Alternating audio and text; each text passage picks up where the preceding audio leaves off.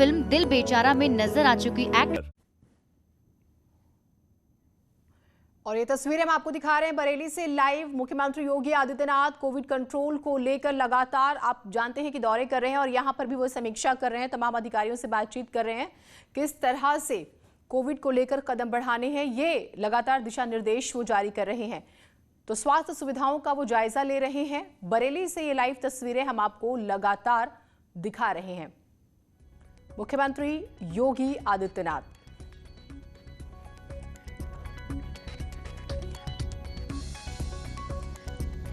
तो बेहद ही महत्वपूर्ण तस्वीरें आपको हम लगातार दिखा रहे हैं। इससे पहले वो मुरादाबाद पहुंचे थे और तकरीबन वहां पर भी देखिए कोविड कंट्रोल को लेकर प्रदेश में जिस तरह से आंकड़े घट रहे हैं, सरकार तेजी से काम कर रही है, सुविधाएं पहुंचाने की जिस तरह से कोशिश हो रही है, उसी के तहत आज का भी उनका ये पूरा कार्यक्रम रहा और यहां पर उन्होंने समीक्षा की। और अब ये माना जा रहा है, जो तस्वीरें आ रही है कि वो अब यहां से समीक्षा करके जो है वापस जा रहे हैं। तो आपने देखा कि कुल मिलाकर कोविड को लेकर कैसे कदम बढ़ाने हैं, कैसे आगे बढ़ना है, किस तरह से कोरोना से हमें जीतना है, इसको लेकर वो लगातार अधिकारियों से बातचीत कर रहे हैं। यहां भी वो पहुंचे और हरीश हमारे साथ जुड़े हुए हैं। हरीश, मुख्यमंत्री पहुंचे हैं, किन महत्वपूर्ण बिंदुओं पर उन्होंने अधिकारियों से बातचीत की, हमारे दर्शकों को जरा बताइए। देखिए जीनत, मुख्यमंत्री खुद अब कोविड कंट्रोल की जो व्यवस्थाएं हैं उनका निरीक्षण कर रहे हैं, धरातल पर उतर चुके हैं। खुद पहले मुरादाबाद और अब बरेली में अधिकारियों से बातचीत कर रहे हैं और उसके बाद अब जो है उन्होंने जनप्रतिनिधियों से बातचीत करनी शुरू की है। उनकी प्राथमिकताओं में शामिल है कि हर गरीब, हर बेसहारा और कोविड से परेशान मरीज को इलाज मिले, इसके लिए व्यवस्थाएं तय की जाएं। लापरवाह और दोषी अफसरों पर कार्रवाई के निर्देश भी यहाँ पर दिए गए। उनका कहना है कि किसी भी प्रकार की कोई व्यवस्था जो है अगर फैली कहीं पर तो उसके खिलाफ सख्त कार्रवाई हो। प्राइवेट अस्पतालों को लेकर भी सीएम का सख्त निर्देश है कि अगर कहीं कोई शिकायत मिलती है तो कार्रवाई करिए। अफसरों को खुला जो है एक ही आदेश दिया गया है कि सिर्फ कोविड के मरीजों को इलाज की प्राथमिकता रखें, उसके अलावा फिलहाल कोई प्राथमिकता नहीं है। और अभी जो जनप्रतिनिधियों की शिकायत है उनको भी सुन रहे हैं और उनकी जो शिकायतें हैं उनका समस्याओं का निर्धारण कराने के लिए भी बात अभी सीएम ने डीएम से कहा है। जी, ये तस्वीरें भी हम लगातार दिखा रहे हैं। हरीश, टेस्टिंग बढ़ानी है, दो चीजें बहुत ज्यादा चल रही है, एक तो टेस्टिंग बढ़ाना, दूसरा वैक्सीन को लेकर बहुत सारे भ्रम लोगों ने फैलाए पहले शुरुआत में, लेकिन अब ये हुआ कि नहीं, वैक्सीनेशन प्रक्रिया को आगे बढ़ाना है, लोगों का विश्वास भी बढ़ा है इसके प्रति, तो क्या उसको लेके भी कुछ कहा है? बिल्कुल, देखिए अभी जिस तरीके से अधिकारियों से बातचीत हुई है उनका साफ तौर पर कहना है कि देहात की तरफ अब कोरोना के टेस्ट ज्यादा होने हैं और एंटीजन और आरटीपीसीआर दोनों ही टीमें वहां पर भेजी जाएं और गांव के हर दूसरे शख्स का आरटीपीसीआर और एंटीजन टेस्ट किया जाए ताकि कहीं भी किसी को अगर लक्षण हो तो उसका प्रॉपर इलाज किया जा सके। और उसके अलावा वैक्सीन पर भी सीएम का फोकस है कि जो युवा वर्ग के लोग हैं, 18 से ऊपर के लोग हैं, सभी को वैक्सीनेशन दिया जाए, इसके लिए भी व्यवस्था प्रॉपर कर ली जाए। जिला अस्पताल के अधिकारियों को भी निर्देश दिया गया है। सीएमओ को साफ शब्दों में कहा गया कि अगर वैक्सीनेशन में कहीं लापरवाही होती है तो उसके जिम्मेदार आप होंगे। तो निश्चित तौर पर जिस तरीके से सीएम का रुख है, इस बार सीएम कोई कमी नहीं करना चाहते हैं और अफसरों को कड़े शब्दों में चेतावनी देते हुए कहा कि लापरवाहियां बर्दाश्त नहीं होंगी और धरातल पर जो काम है वो दिखना भी चाहिए। जी, एक और चीज जो बहुत जरूरी है कि हम ये देख रहे हैं कि हमें कोविड से भी लड़ना है और जो बुनियादी समस्याएं लोगों को जो सक्षम नहीं है, गरीबी की जब हम बात करते हैं, तो कई सरकारों ने, मुख्यमंत्री योगी आदित्यनाथ ने भी जो है खजाना खोला कि ठीक है खाने पीने की व्यवस्था ना हो, इसको लेकर भी कोई इंतजाम है क्या? क्योंकि हमें न सिर्फ कोरोना से लड़ना है, हमें भुखमरी, गरीबी, हर चीज से लड़ना है और ये साथ साथ बढ़ती जा रही है, चल रही है। देखिए सीएम ने अभी थोड़ी देर पहले मुरादाबाद में भी इस बात का जिक्र किया कि गरीब और गरीबी दोनों से हमें लड़ना है। इसके लिए ऐसी समस्याएं, किसी के सामने भुखमरी की समस्या ना है, इसके लिए किचन यहाँ पर शुरू करा दी गई है। और उनका साफ तौर पर कहना है कि किचन में जो खाना बनेगा उसको पहले अधिकारी चेक करेंगे और उसके बाद वो गरीब और बेसहारा लोगों को बांटा जाएगा। तो निश्चित तौर पर जो गरीब और पिछड़े वर्ग के लोग हैं, जो पिछली लाइन का आदमी है, उसके लिए भी सरकार प्रयास कर रही है। और सरकार जिस तरीके से मुख्यमंत्री अब जनपद जनपद निकल रहे हैं, उससे साफ जाहिर है कि सरकार की जो मंशा है और हर आम आदमी को इलाज, खाना और उसकी समस्या निदान करने की उनकी प्राथमिकता है। जी ठीक, बहुत शुक्रिया, आप हमारे साथ जुड़े। कोविड पॉजिटिव थे, उस वक्त भी काम कर रहे थे, रिपोर्ट नेगेटिव आते ही उन्होंने देखिए किस तरह से जिलेवार दौरे शुरू कर दिए ताकि लोगों को दिक्कतें ना हो। हर तरह से कोशिश प्रदेश सरकार कर रही है। सूत्रों के हवाले से एक बड़ी खबर आ रही है कि उत्तराखंड में पूर्ण लॉकडाउन लग सकता है। सीएम तीरथ की जिलाधिकारियों के साथ चर्चा हुई है। वीडियो कॉन्फ्रेंसिंग में ये चर्चा हुई है। सख्ती के साथ बंदी को करने के निर्देश हैं। बाजार खुलने का टाइम हो सकता है कम। देखिए, उत्तराखंड बहुत बड़ा राज्य नहीं है। कल 9000 से ज्यादा मामले सामने आए थे। हालांकि अधिकारी तो पिछले हफ्ते से ही हाथ जोड़ कर कह रहे हैं कि हमारे पास जो एक्सपर्ट्स हैं, हमारे पास अब विकल्प सिर्फ लॉकडाउन ही है। यहां तक कि सरकार के मंत्री भी बार बार ये बात कहते हैं, नहीं तो स्थिति विस्फोटक हो जाएगी। दीपांकर हमारे साथ, हमारे सहयोगी जुड़े हुए हैं। दीपांकर, जो आंकड़े आ रहे हैं हम वो भी देख रहे हैं। पिछले एक हफ्ते से तमाम एक्सपर्ट्स कह रहे हैं कि हमारे पास आखिरी विकल्प अब यही रह गया है। क्या संभावनाएं हैं? सरकार आज फैसला ले लेगी? जीनत, पिछले 4 दिनों की अगर बात करें तो करीब 33,000 केसेस आए हैं और 500 डेथ हुई है सिर्फ 4 दिनों की अगर बात करें। और आज अभी मुख्यमंत्री ने बैठक की है सभी डिस्ट्रिक्ट के डीएम के साथ। जो सूत्रों के हवाले से खबर है उसमें पूर्ण लॉकडाउन को लेकर चर्चा हुई है। और जो खबरें हमारे पास आ रही है निकल के, उसमें ये बात तय है कि कल रविवार का दिन है, कल कर्फ्यू रहेगा, लेकिन सोमवार को थोड़ी सी ढील देने के बाद मंगलवार से पूरी तरह लॉकडाउन लागू किया जा सकता है। इसमें जो खास बात रहेगी कि इंटरनल डिस्ट्रिक्ट का जो मूवमेंट है वो पूरी तरह बंद करने की तैयारी पर विचार चल रहा है, ताकि कोई भी व्यक्ति किसी एक डिस्ट्रिक्ट से दूसरे डिस्ट्रिक्ट में भी ना जा पाए, ऐसी पाबंदी पर विचार है। लोग कितने कम से कम बाहर निकले, इसके लिए मार्केट की टाइमिंग घटाने पर विचार चल रहा है। तीसरी बात यह कि जो राशन की दुकानें खासतौर पर जो अभी अल्टरनेट डेज पर खुल रही थी, अब हफ्ते में सिर्फ 2 दिन खोलने के प्लान पर विचार चल रहा है। यानी सरकार ने अब तैयारी ये कर ली है कि अब हालात बेकाबू हैं और अब कहीं ना कहीं जो बात आप कह रही हैं कि लॉकडाउन की तरफ बढ़ने की तैयारी है। इस बीनत, बिल्कुल, बहुत शुक्रिया आपका तमाम जानकारियों के लिए। और यही कहा जाएगा, देर आए दुरुस्त आए। वैसे ये भी ठीक नहीं होगा क्योंकि 500 लोगों की मौत सिर्फ 4 दिन में हो जाती है। 35,000 से ज्यादा आंकड़े आ जाते हैं और सरकार अभी भी फैसला लेने में डावाडोल सी स्थिति नजर आ रही है। एक और बड़ी खबर आ रही है। अमेठी दौरे पर है केंद्रीय मंत्री Smriti Irani. Covid control room का उन्होंने औचक निरीक्षण किया। अधिकारियों के साथ बैठक में जाने तमाम हालात क्या हैं। बिना प्रोटोकॉल के ही वो पहुंच गई थी और उन्होंने निर्देश भी दिए हैं कि सख्ती के साथ अमेठी वासियों को किसी तरह की दिक्कत ना हो, हर तरह से सुविधाएं पहुंचाई जाएं। पप्पू पांडे हमारे साथ, हमारे सहयोगी जुड़े हुए हैं। पप्पू पांडे, हमने स्मृति ईरानी की जो ट्विटर वॉल है उसे भी देखा, वो वहां पर भी काफी हेल्पफुल नजर आती हैं और यहाँ पर भी आज जो उनका ये विजिट है इसके बारे में बताइए, क्या निर्देश दिए उन्होंने? जी बिल्कुल जीनत, आपको बता दें जिस तरीके से अमेठी की सांसद बनने के बाद केंद्रीय मंत्री और अमेठी सांसद स्मृति ईरानी लगातार अमेठी वासियों के लिए चिंतित नजर आती हैं।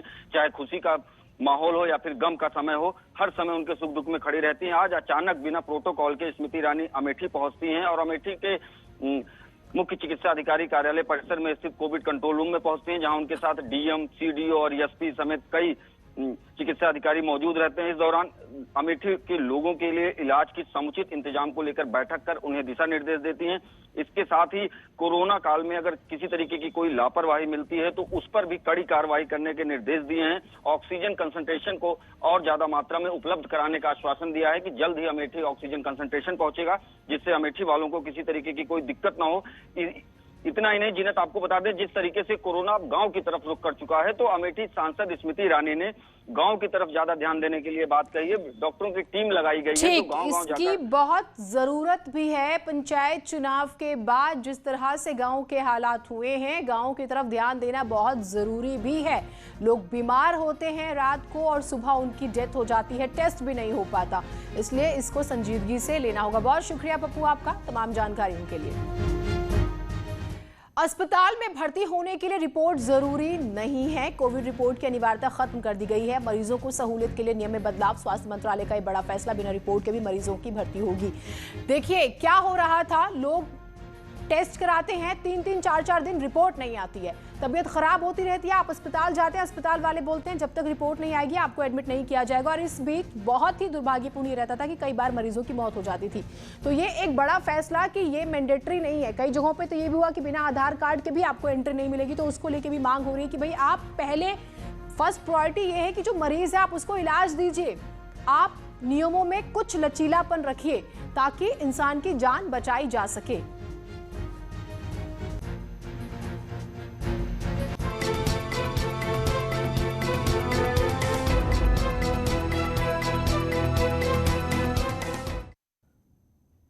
जहां पूरा देश कोरोना से जंग लड़ रहा है, वहीं संकट काल में मुनाफाखोर गिद्ध लोगों को नोच रहे हैं। दिल्ली में ऑक्सीजन किल्लत के बीच कई ऐसे लोग भी सामने आए जो ऑक्सीजन सिलेंडर और ऑक्सीजन कंसेंट्रेटर की कालाबाजारी कर रहे हैं। दिल्ली के नामी रेस्टोरेंट से 500 से ज्यादा ऑक्सीजन कंसेंट्रेटर बरामद किए गए हैं।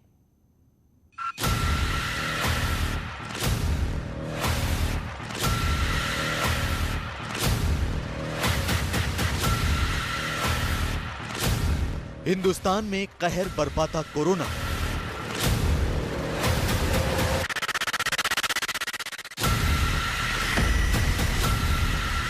संकट काल में जारी है कालाबाजारी।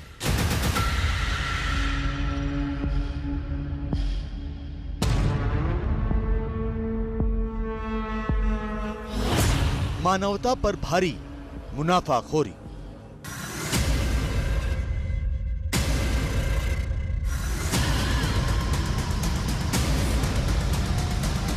देश में कोरोना के मरीजों की तादाद कम होने का नाम नहीं ले रही। हर बीतते दिन के साथ कोरोना के नए मरीजों की संख्या रिकॉर्ड स्तर को छू रही है। कोरोना से होने वाली मौतें भी डरा रही हैं। अस्पतालों में बेड की कमी है और महामारी की तीसरी लहर की चेतावनी से दहशत का माहौल। लोग अपनों की जान बचाने के लिए दवाइयों, इंजेक्शन और ऑक्सीजन के लिए मारे मारे फिर रहे हैं। पेशेंट अभी ऑक्सीजन के लिए, तो उनके लिए बहुत ज़रूरी है ऑक्सीजन को। तो ऑक्सीजन की बहुत यहाँ पे किल्लत चली है। पिछले 1.5 घंटे से मैं यहाँ पे खड़ा हूँ। लोगों के फ़ोन आते हैं, लेकिन पीछे से स्टॉक आ नहीं रहा है। इस चक्कर में बहुत ज़्यादा दुविधा में, लोग भी दुविधा में, हम भी दुविधा में हैं। कोरोना के इस आफतकाल में एक एक सांस के लिए लोगों का संग्राम जारी है। तो इसी संग्राम के बीच कुछ परजीवी भी सक्रिय है। गिद्ध बनकर ये परजीवी जनता की मजबूरी का फायदा उठा रहे हैं। पैसों की खातिर जरूरतमंदों का खून चूस रहे हैं। कोई इंजेक्शन की जमाखोरी कर मुनाफा कमाने की कोशिश कर रहा है, कोई ऑक्सीजन सिलेंडर बेचकर अपनी जेब भर रहा है, तो कोई एम्बुलेंस के लिए मुंह मांगा किराया वसूल रहा है। देश पर आफत को ये लोग आमदनी का जरिया बना चुके हैं।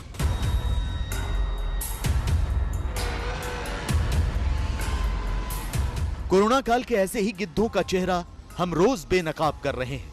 तो आइए आज आपको महामारी में इस्तेमाल होने वाली चीजों का ऐसा जखीरा दिखाते हैं जो मुनाफाखोरों की आमदनी का जरिया बनने वाला था।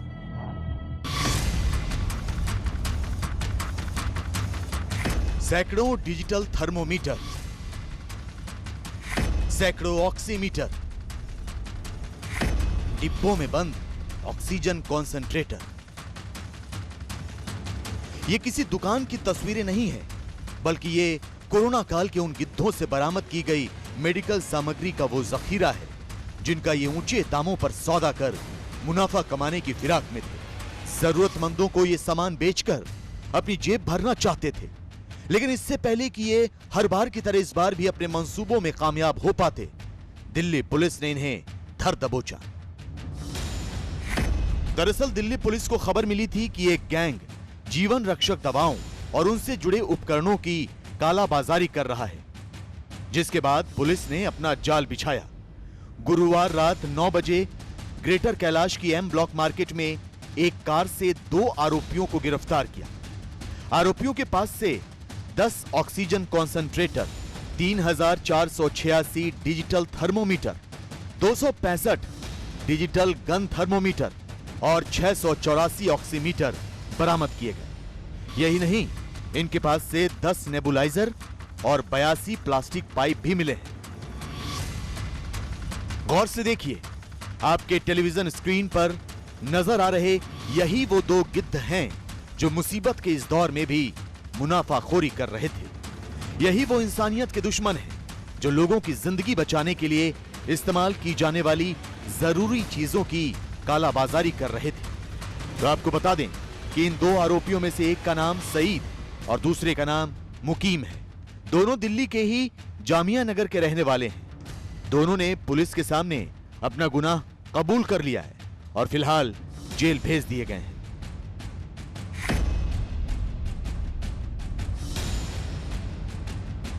दिल्ली में हर रोज कोरोना से सैकड़ों लोगों की मौत हो रही है। जनता कोरोना से परेशान है, दहशत में है। लेकिन संकट काल में सांसों के लिए जूझती दिल्ली की जनता ऐसे गिद्धों का शिकार हो रही है जो अपना ईमान गिरवी रख चुके हैं। इन्हीं में से एक है नवनीत कालरा, पेज 3 पार्टीज का जाना पहचाना चेहरा और दिल्ली के मशहूर खान चाचा रेस्टोरेंट का मालिक।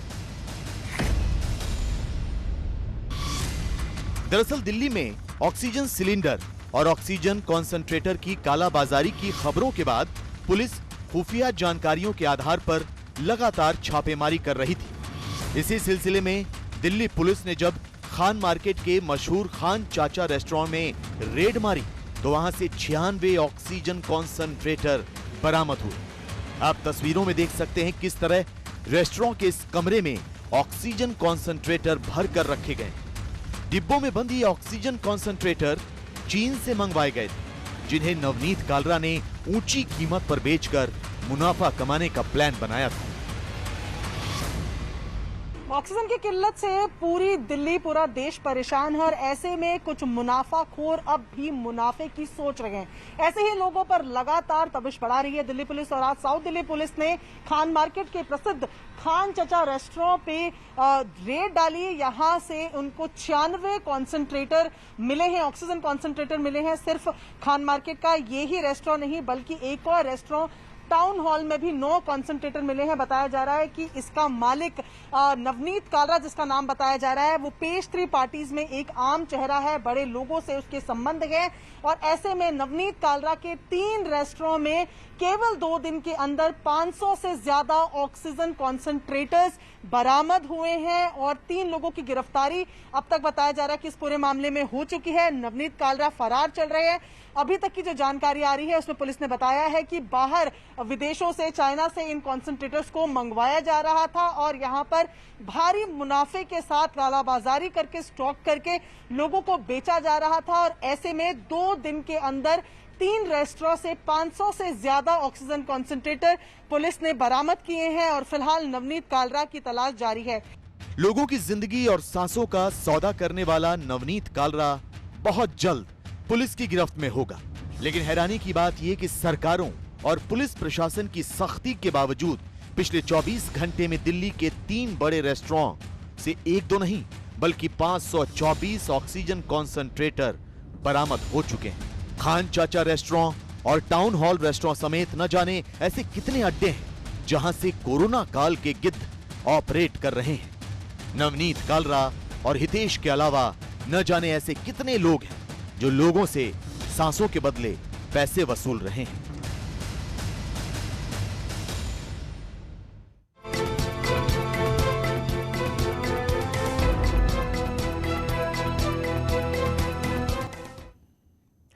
दिल्ली ही नहीं, देश भर के दूसरे राज्यों में भी ऐसे गिद्ध मानवता को नोच रहे हैं। दिल्ली के एक अस्पताल से एक गार्ड को पकड़ा गया जो कोरोना मरीजों के रेमडेसिविर इंजेक्शंस को चुराकर मुंह मांगे दामों पर बेच रहा था। पटना से भी ऐसी ही घटनाएं सामने आई।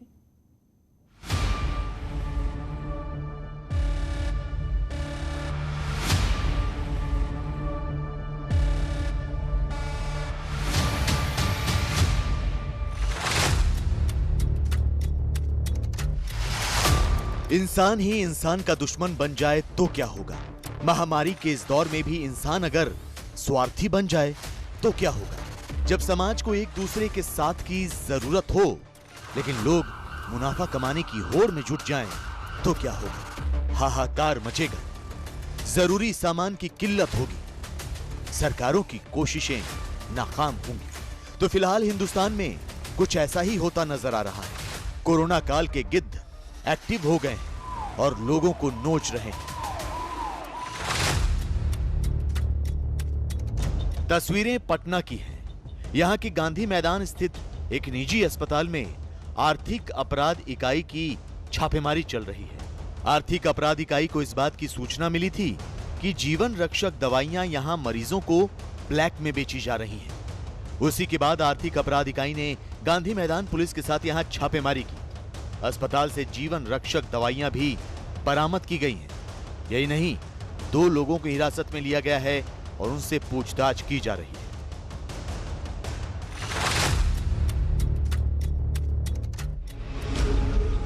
पुलिस की गिरफ्त में आए इस युवक को देखिए। दरअसल ये एक कंपाउंडर है, यानी फ्रंट लाइन वर्कर। लेकिन आपको यह जानकर हैरानी होगी कि पिंटू नाम का ये कंपाउंडर रेमडेसिविर इंजेक्शन की कालाबाजारी कर रहा था। ये कोरोना से मर चुके मरीज के नाम पर इंजेक्शन हासिल करता और फिर उसे ऊंचे दाम पर बेच देता। लेकिन भागलपुर के ड्रग विभाग को इसकी जानकारी हो गई और इसे रंगे हाथों गिरफ्तार कर लिया गया। पुलिस ने कंपाउंडर पिंटू के साथ उस हॉस्पिटल के खिलाफ भी मामला दर्ज कर लिया है जहां से ये रेमडेसिविर इंजेक्शन लिया करता था। नकली बन करके कि हमारा पेशेंट है, पल्स हॉस्पिटल में एडमिट है, उसके नाम से हमको रेमडेसिविर इंजेक्शन चाहिए। और जिस पेशेंट का ये नाम बता रहा है उस पेशेंट का डेथ हो चुका है और उसके नाम पर ही गलत तरीके से लेना चाह रहा था।